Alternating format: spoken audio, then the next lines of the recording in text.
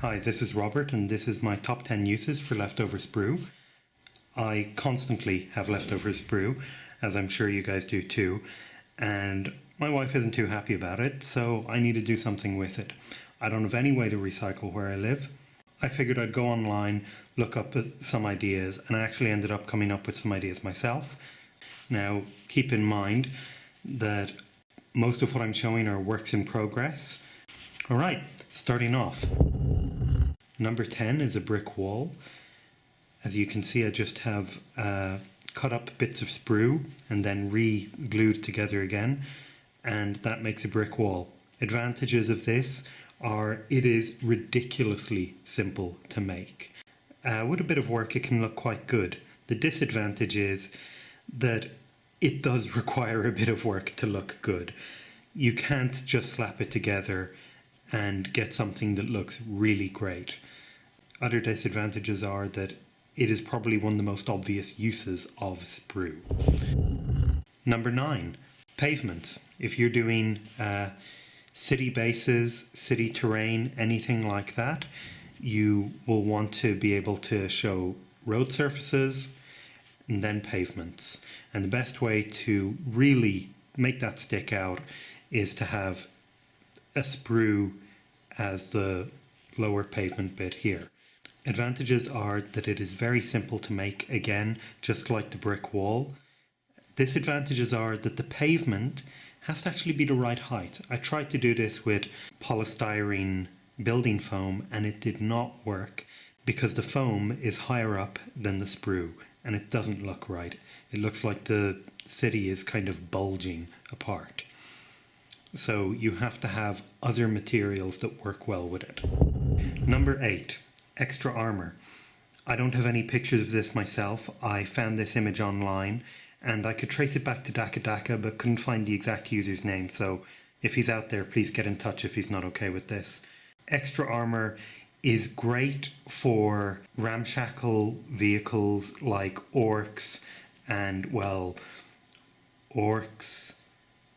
Yeah, that's actually about it that I could think of. Maybe there's some cultists or some other kind of army that you want to use extra armor on.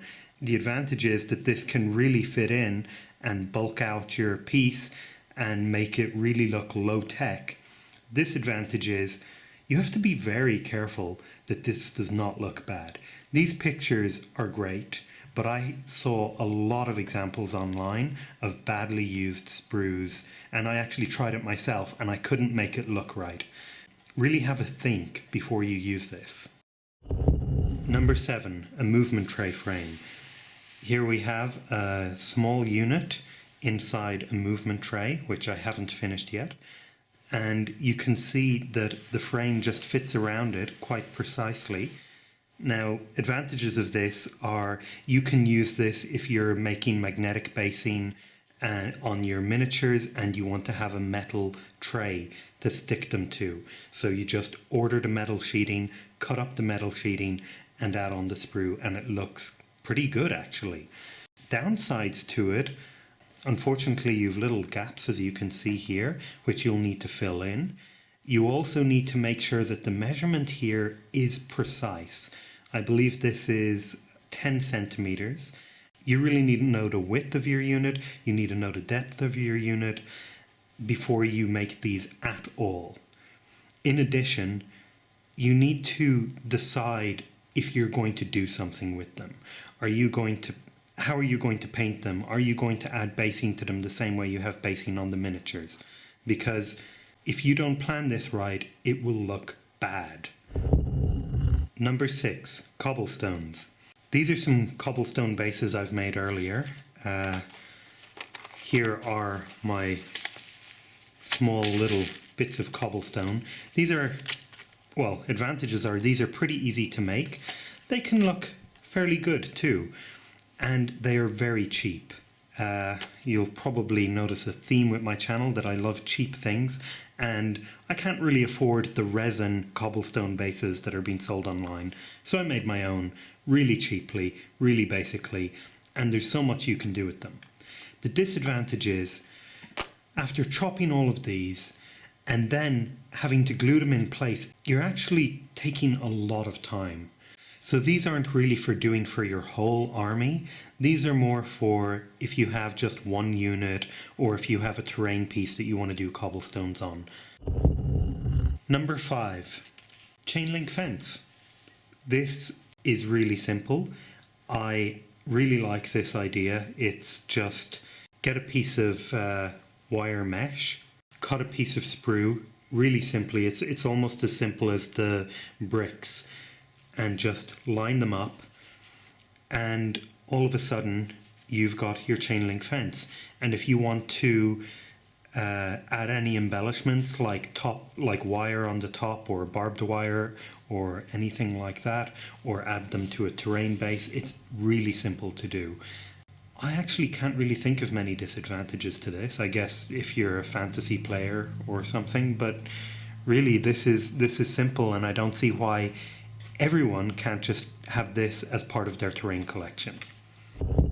Number 4, and probably one of the most well-known uses of leftover sprue, is city rubble and debris.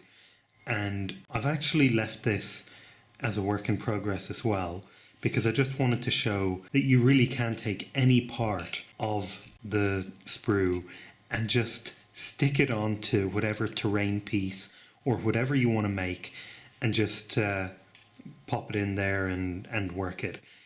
It's really great how easy it is to get into terrain making and base building with just these extra bits of sprue. But one downside I found is that if you just use sprue, if I had taken this off and these other pieces, it would look bad. It wouldn't look right. It would be too much of the same thing.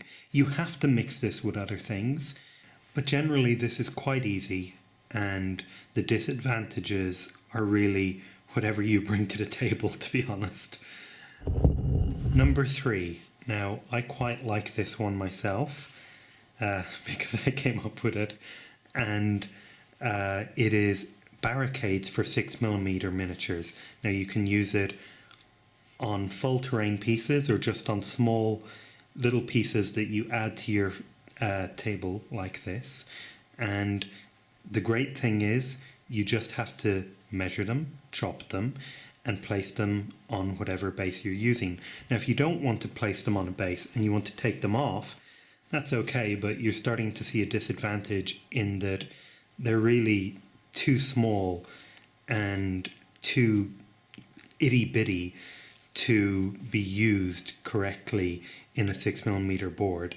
And also, if you have miniatures on a base, they're going to be about the same height, and it looks ridiculous.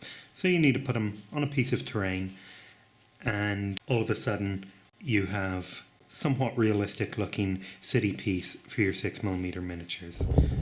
Number 2, support beams for buildings.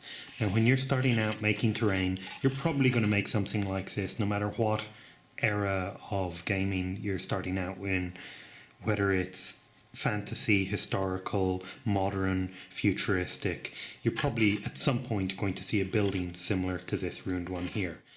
The problem with most building materials is that it just needs a little bit more support. So with this, I've just added a small little bit of a sprue here so that you can really just support the wall and make sure it's going to stay in place. This is really easy to do. You just chop off the sprue. It's probably the easiest thing to do, really. And it's also multi-purpose. I have a bit of a broken piece here. I'm probably just going to lay another bit of sprue here, and it will hold it out straight, and everything will be fine and dandy. I don't really think there's any disadvantages to this. It's a great use of sprue. It doesn't require shaving off bits of the edge. I mean, you can if you want to really be precise, but yeah, it's great. Okay, number 1, and that is drain pipes for buildings. So when you're a bit more advanced and you are making buildings that aren't completely shattered and destroyed, you might want to add a bit of realism and add some drain pipes to them. All that's happened here is you've got a bit of sprue with a bit of cardboard attached to it, and then another bit of sprue, no cardboard, just attached on like that. It is not the simplest idea here. You do need to make a few modifications to make it work.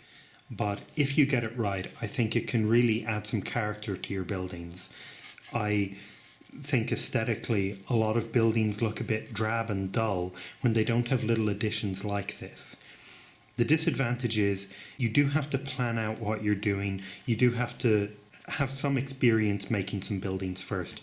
I would suggest not doing this for your first building, just in case, and make sure that you are good with measuring your lengths of cardboard and your sprues and keeping everything in line.